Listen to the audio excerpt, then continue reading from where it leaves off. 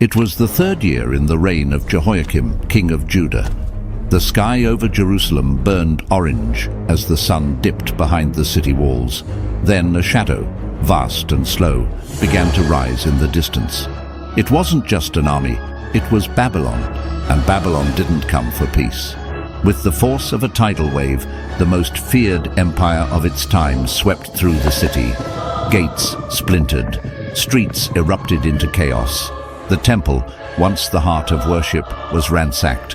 Holy relics were seized like trophies, and the nobility, Judah's young princes and leaders, were shackled and dragged away into exile. Among the captives was one who seemed no different from the rest, yet history would mark his name forever: Daniel. But this is more than a story about kings and kingdoms. It's bigger than ancient wars or empires long gone.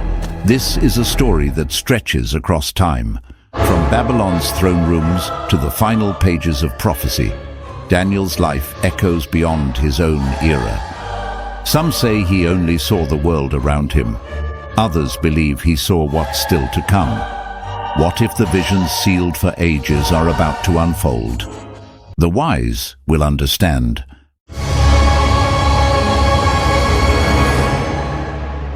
Back in Jerusalem, long before the walls crumbled, the people had heard the low rumble of drums before they ever saw the smoke.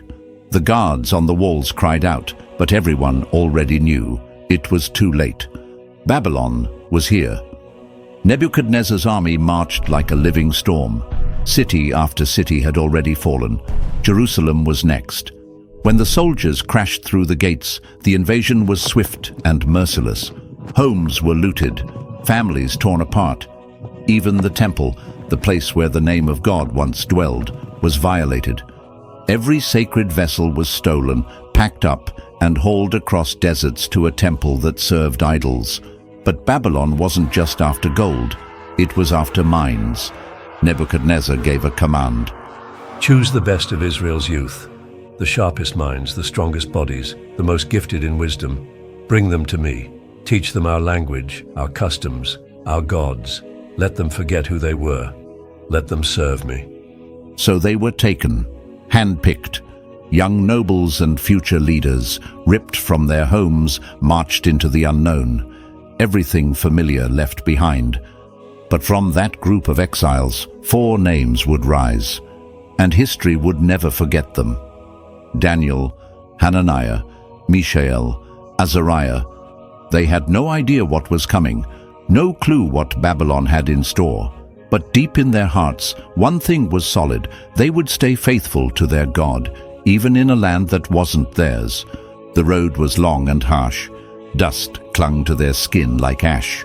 And when they finally reached the towering gates of Babylon, they were met with a sight that could make anyone forget where they came from. Golden towers stretched towards the sky. Colossal temples shimmered in the sunlight. The legendary hanging gardens floated like a dream. It was more than a city. It was power made visible. And now these young men from Judah were expected to adapt, to learn its language, study its philosophies, eat from its table. But Babylon didn't just want to educate them, it wanted to remake them. The first move was their names. They shall no longer be called Daniel, Hananiah, Mishael, and Azariah. These names speak of a forgotten God. From now on, they'll carry names that honor ours. So Daniel became Belteshazzar, Hananiah was renamed Shadrach, Mishael became Meshach, Azariah was now Abednego. It was more than a name change, it was a strategy. Babylon wasn't just trying to educate them, it was trying to erase them, strip away their faith, their identity, their roots. Then came the temptation. Lavish feasts laid out before them, roasted meats, rare wines poured into cups of gold. Every dish whispered the same message. Forget where you came from. You belong to us now. But the fire in their hearts said otherwise. But Daniel paused. His heart beat fast. The smell of the king's food filled the room. Rich meats, spices he couldn't name, flavors he'd never tasted. Everything about it pulled at him. But deep inside, a quiet voice whispered, "Don't do it." This wasn't just food, this was devotion. The king's meals were offered to false gods. To eat was to bow, to accept their ways, to lose a piece of who he was. Daniel looked around. The city was foreign, his home was gone, his people were scattered like dust in the wind. He had nothing left, except his faith. My God still reigns. His eyes met those of his friends. No words needed. They stood together. He stepped up to the chief of the eunuchs and said, "Let us eat only vegetables. Give us just water. Test us for 10 days, then compare us with the others." The official hesitated. The king wanted strong servants, not weak ones. But something about Daniel's quiet confidence made him agree. 10 days passed. When they stood before the court, Daniel and his friends looked different, stronger, sharper, their eyes clear, their bodies ready. They had no need for Babylon's table. The God of Israel had fed them. Years went by. Daniel and his friends kept growing in wisdom, standing out in the royal court of Babylon. The king's own advisors, his magicians and astrologers, couldn't match them. They were 10 times wiser, sharper, more insightful. But even the wisest men in Babylon weren't ready for what came next. One night, King Nebuchadnezzar had a dream. Not just any dream, a haunting vision that shook him to the core. All the splendor of his empire, all the glory of Babylon, it didn't give him peace. Something in the dream gnawed at him. He felt it in his bones. This dream meant something bigger, something urgent. So he summoned his wise men. "Bring me the magicians, the sorcerers, the enchanters," he ordered. "I want them to tell me what this dream means." The magicians stood before the throne, waiting for the king to describe the dream. But Nebuchadnezzar wasn't playing their game. "I don't just want the interpretation," he said. "Tell me the dream itself. If you're truly wise, you'll know it without me saying a word." They stared at each other, stunned. No king had ever demanded such a thing. One of them finally spoke up. "O king, live forever. Just tell us the dream and we'll explain it." "No," the king snapped. "If you don't tell me both the dream and the meaning, you'll all be executed. But if you do, I'll reward you beyond measure." They pleaded. They stalled. They insisted only the gods could reveal something like that. But the king's fury burned hot. He ordered the execution of every wise man in Babylon, and that included Daniel. When I heard what was happening, I felt the ground fall beneath me. This wasn't just cruel, it was about to happen. The sentence had been passed. Every wise man was doomed, unless God did something. I ran to my friends. "Pray," I told them. "We have to pray. We need God to reveal this mystery to us." That night, in a vision, God answered. The dream was shown to me.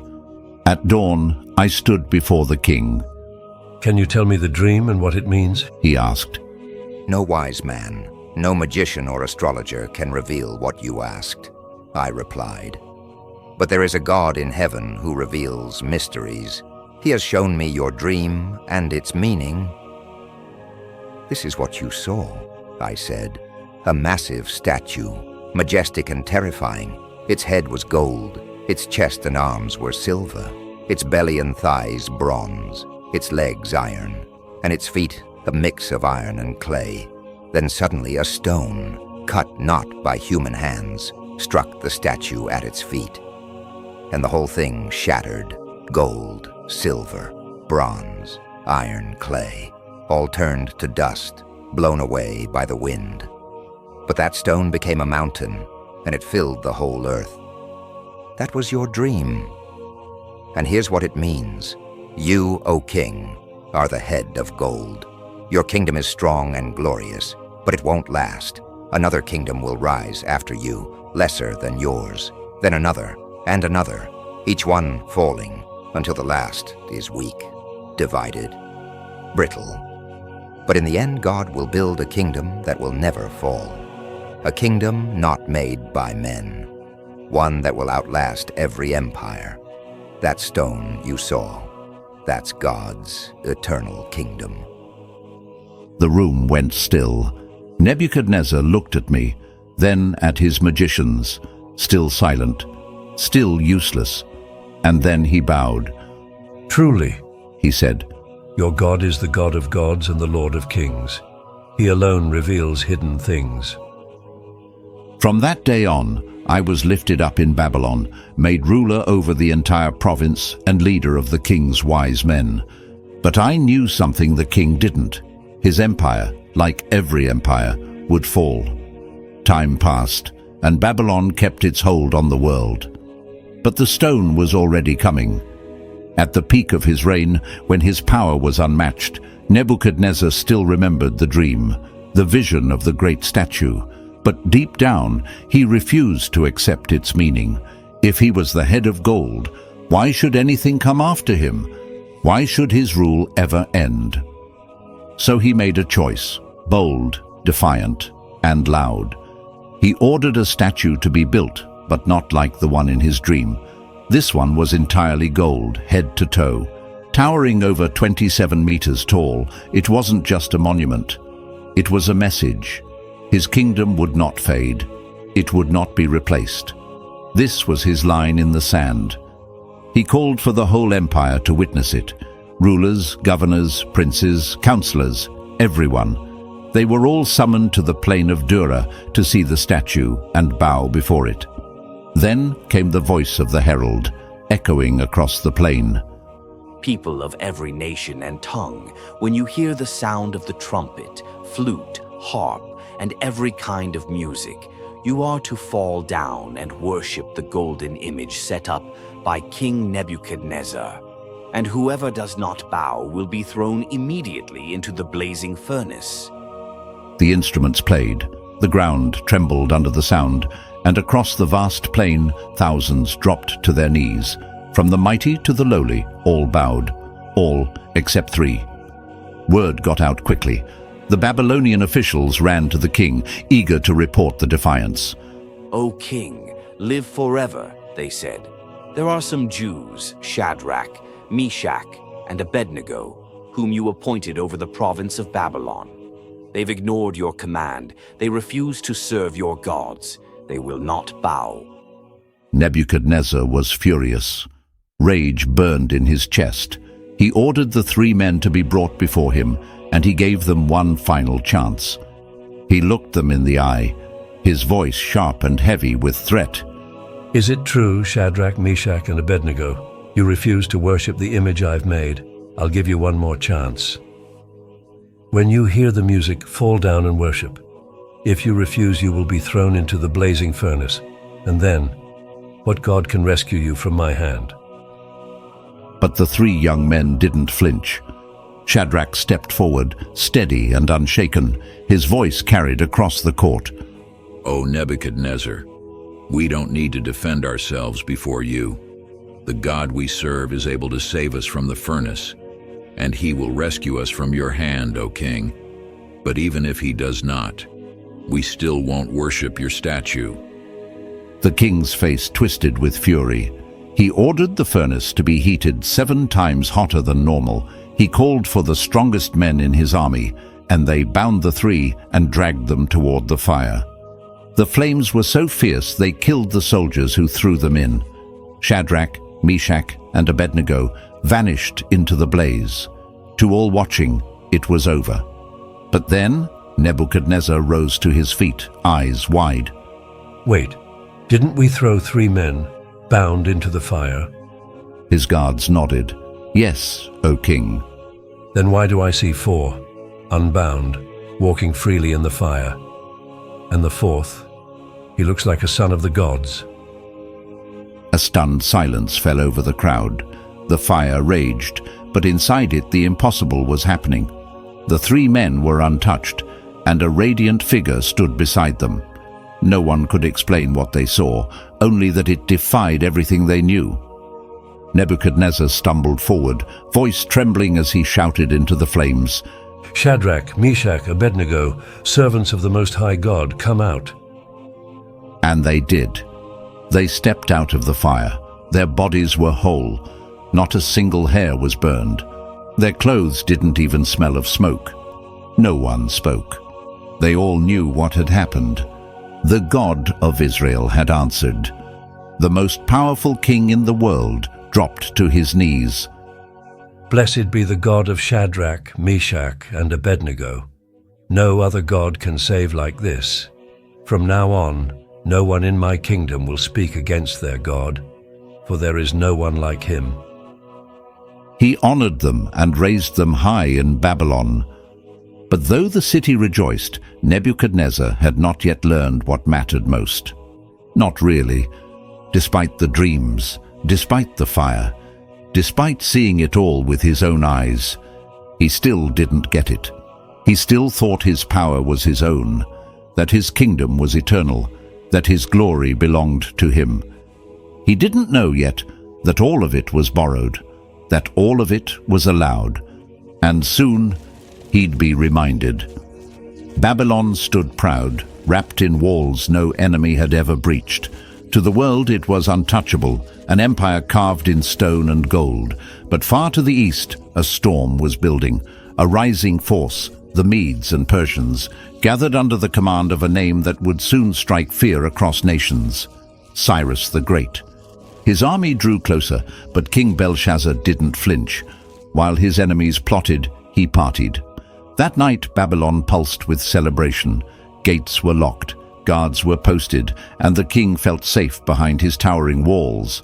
So he threw a lavish banquet. Music, wine, women, 1,000 nobles feasted with him under golden light. Then pride tipped into blasphemy. Belshazzar raised his cup and said, Bring me the sacred vessels, those gold and silver ones my father took from the Hebrew temple. Let's drink from them to honor our gods. And they came, the very vessels stolen from Jerusalem's temple by King Nebuchadnezzar. With sacred cups in hand, Belshazzar and his nobles raised toasts to idols of gold and silver, bronze and stone. But the mood shifted. The music stopped. Laughter died. Eyes froze. Because on the palace wall, something impossible began to unfold. A hand, just a hand, disembodied, silent, glowing in the shadows. It floated above the wall and began to write. The letters blazed like fire. The words were foreign. Terror gripped the room. Belshazzar's face went pale. His knees buckled. His heart thundered in his chest. He screamed, Call the magicians, the wise men, the astrologers. Tell me what this means.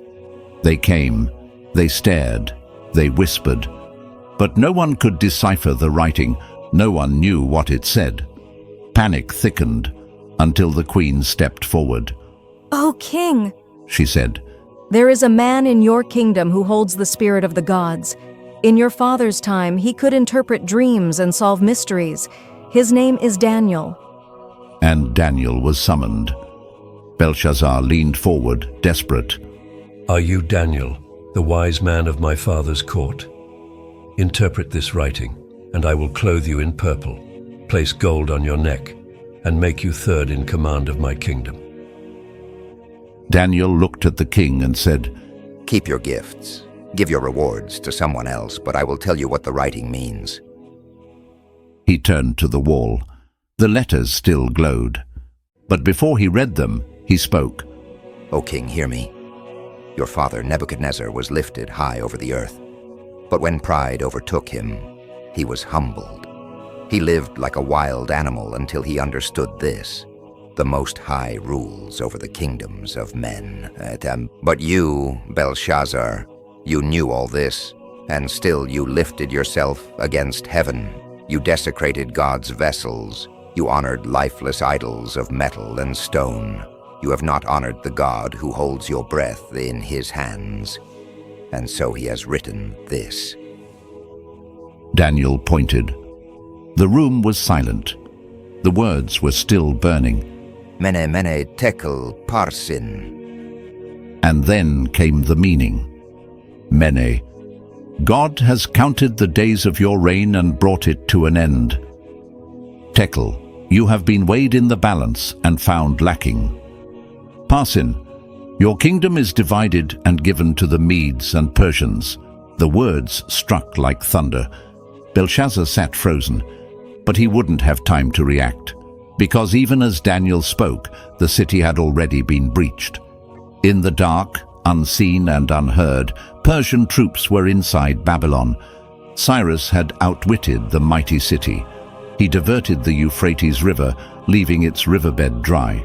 While Belshazzar toasted false gods, his enemies walked in through the drained river like ghosts. By morning, Babylon had fallen.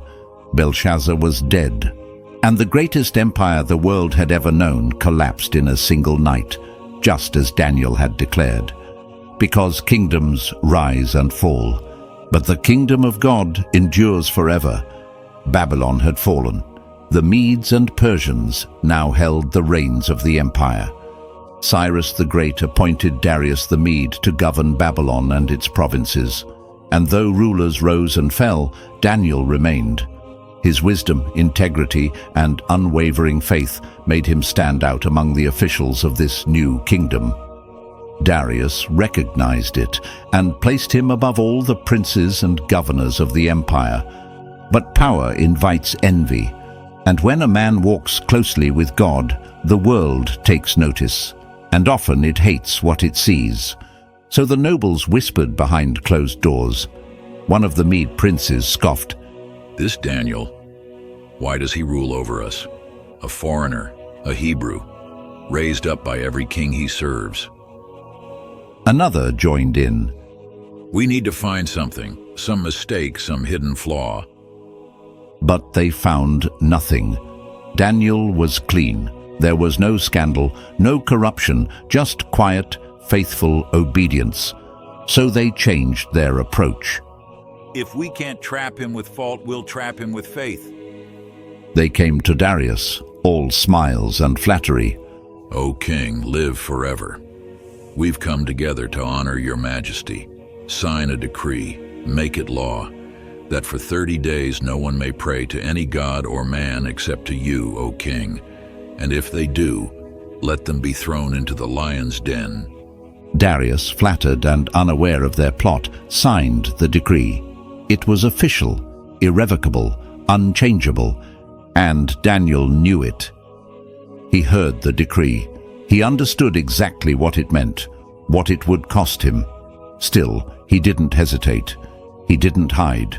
When the time came to pray, Daniel went to his room, opened his windows toward Jerusalem, and, just as he'd always done, knelt down and prayed. Outside, they were watching. There he is, we've got him, worry. They raced to the palace. O king, They said with mock concern. did you not sign a law that forbids prayer to anyone but you? Darius nodded. Yes, and the law of the Medes and Persians cannot be revoked. They smiled. Then Daniel, your servant, has broken it. 3 times a day he prays to his God. The king froze, his face turned pale. He knew at once he'd been trapped. They weren't honoring him, they were using him, and now his most trusted servant was condemned by his own hand. But the law was binding. There was no way out. Take him. Darius said quietly. As night fell on Babylon, Daniel was brought to the den. The lions growled behind the stone walls. The firelight flickered in their eyes. The king was there, grieved, helpless. He looked at Daniel and said, Your God, whom you serve without fail, he will deliver you. They lowered Daniel in. The stone was rolled across the mouth of the den, sealed with the king's ring. That night, Darius couldn't sleep. No music, no food, just silence, and the question haunting his mind, would Daniel's God come through? At first light, the king rushed to the den. Breathless, he called out, Daniel, servant of the living God, has your God saved you from the lions? For a heartbeat, nothing. Then came the voice, calm, alive, echoing from the dark. O king, live forever. My God sent his angel to shut the lions' mouths. They didn't touch me, for I was found innocent before him. and before you." The guards rolled the stone away. They peered inside. Daniel stood tall, not a scratch on him. The lions, silent and still, lay beside him like tamed beasts. Darius fell to his knees. He ordered Daniel to be lifted out and his accusers thrown in, and before their bodies hit the ground, the lions pounced. That very day, Darius issued a new decree across the empire. "To all peoples, nations, and languages, peace to you. I command that throughout my kingdom everyone must fear and honor the God of Daniel, for he is the living God. His kingdom will never fall. His reign will never end. He rescues, he delivers, and he performs signs and wonders in heaven and on earth. He has delivered Daniel from the power of the lions." And Daniel lived on, prospering in the reign of Darius, and later in the days of Cyrus the Great. Empires may rise, kings may fall, but God remains. Daniel had served kings. He had watched thrones change hands.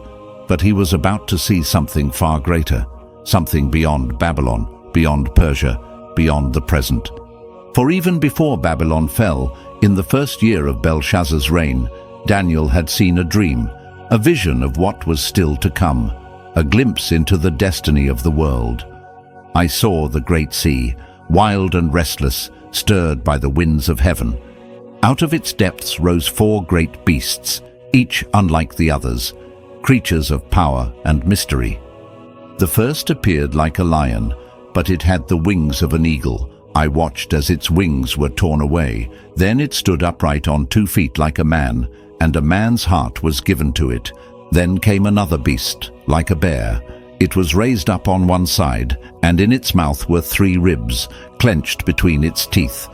After this, I saw a third beast, like a leopard, but it had 4 wings on its back, and 4 heads, and dominion was given to it.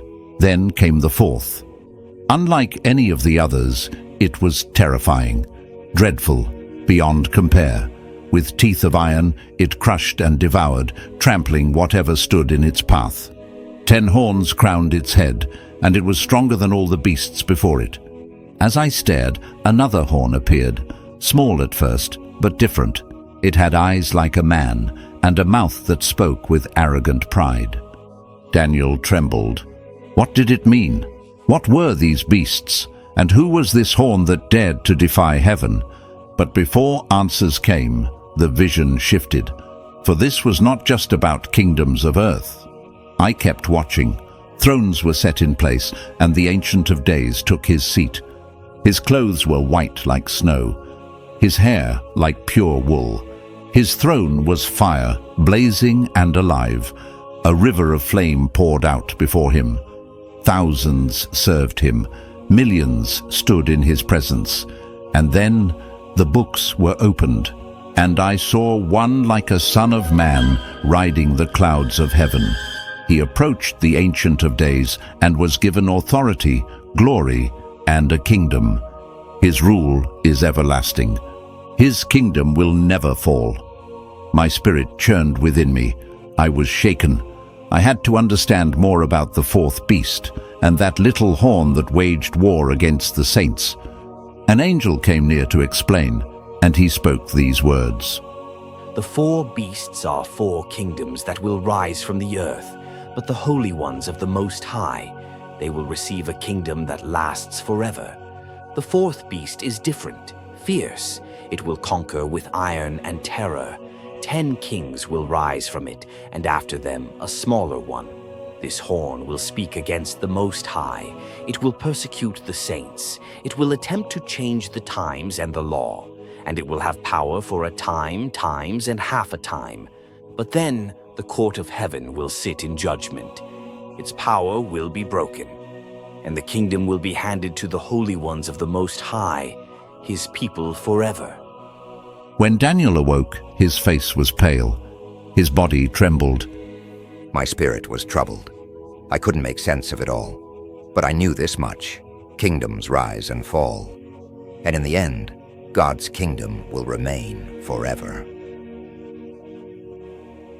Daniel had seen the rise and fall of empires. He had witnessed in a vision the towering glory of God's eternal kingdom, unshaken, unending. But one question still echoed deep within his soul. When would his people return? When would the exile be over? When would Jerusalem rise again? Haunted by these questions, Daniel turned to the scrolls. He opened the words of the prophet Jeremiah and found the answer written long ago. 70 years, the prophecy said. 70 years must pass for Jerusalem's desolation. The weight of it brought him to his knees. He lifted his voice in prayer, trembling before the throne of heaven. O Lord, great and awesome God, we have sinned. We turned away from your laws. We've been unfaithful, and we deserve the judgment that fell on us. But now, Lord, hear me. Look upon your ruined city. Forgive us, restore us, turn your face again toward Jerusalem. He prayed with all his heart, and heaven responded. Suddenly an angel descended, Gabriel. Radiant and resolute, he stood before the prophet and spoke with power. Daniel, you who are deeply loved, I have come to give you insight and understanding. 70 weeks have been decreed for your people, to finish transgression, to put an end to sin, to atone for iniquity, and to bring in everlasting righteousness. From the command to rebuild Jerusalem until the coming of the Anointed One, the Prince, there will be 7 weeks and 62 weeks. Then the Anointed One will be cut off, but not for himself. The city and the sanctuary will be destroyed by the people of a coming ruler. Its end will come with a flood, and war will continue until the end, with desolations already set. He will make a firm covenant for 1 week, but in the middle of that week he will put a stop to sacrifices and offerings. And on the wing of the temple will come the abomination of desolation, until judgment falls on the one who brings ruin. Daniel sat still, the words heavy with meaning. They were veiled, mysterious, but they held the key. The secret of the Messiah's coming, the future of his people. But this was only the beginning. More visions were still to come. In the 3rd year of Cyrus, king of Persia, a vision was given to Daniel, a revelation that shook his spirit and stripped him of peace. I, Daniel, mourned for 3 weeks. I ate no rich food, drank no wine, touched no oil. On the 24th day of the 1st month, I stood by the great Tigris River. I looked up, and there he was, a man clothed in linen, his waist wrapped in gold. His face flashed like lightning, his eyes blazed like fire, and his voice thundered like the roar of rushing waters. When I saw him, strength left me. I collapsed face down, overwhelmed. The glory of heaven had found me. I could barely breathe, but then a hand touched me, and I was lifted. Do not be afraid, Daniel. From the moment you set your heart to understand, your words were heard in heaven. But the Prince of Persia resisted me for 21 days. Now I have come to show you what will happen in the latter days, for the vision concerns the time of the end. And then came the final vision, the most sweeping and staggering of all. Daniel saw the future stretched before him. Clashing kingdoms, Persia and Greece locked in war, a ruthless king rising in the last days, and a coming tribulation that would break the world apart. At that time, Michael, the great prince who guards your people, will arise, and there will be a time of distress, unlike anything the world has ever known. But your people will be delivered. Multitudes who sleep in the dust will awake, some to everlasting life, others to shame and eternal contempt. The wise will shine like the brightness of the heavens, and those who lead many to righteousness will shine like the stars forever. But you, Daniel, seal these words until the time of the end. Many will search, knowledge will grow. Daniel stood in awe. He had seen it all, the rise and fall of kings, the coming of the Messiah, the suffering of nations, the resurrection of the dead. But the vision closed. I heard, Daniel said, but I did not understand. So I asked, My lord, what will be the outcome of all this? Go your way, Daniel. These words are sealed until the end. Many will be refined and tested. The wicked will remain blind, but the wise will understand. And you, rest, for at the end of days you will rise to receive your inheritance. And so the book ended. The future still hidden, the mysteries still locked. But one thing stood firm. God writes history. Empires rise and fall, thrones crumble, but his kingdom does not fade. And when the end comes, the faithful will rise and shine like the stars forever. If you're still here watching this, thank you, truly, for walking with us through the journey of the book of Daniel. Now, we need your help to keep going. If this moved you, if it made you think or gave you something deeper, share it, like the video, drop a comment, and above all, hit that subscribe button, because very soon we're diving into more cinematic, powerful stories that explore the mysteries of Scripture and the prophecies still waiting to unfold. And before you head out, check out the 2 videos on your screen. One takes you into the origin story of Lucifer, the devil himself, where we explore the ancient mystery of the fallen angels and how they changed the course of humanity. The other, a deep dive into the apocalypse. Pick one, hit play. Keep discovering the hidden truths in the Word. We'll see you in the next one.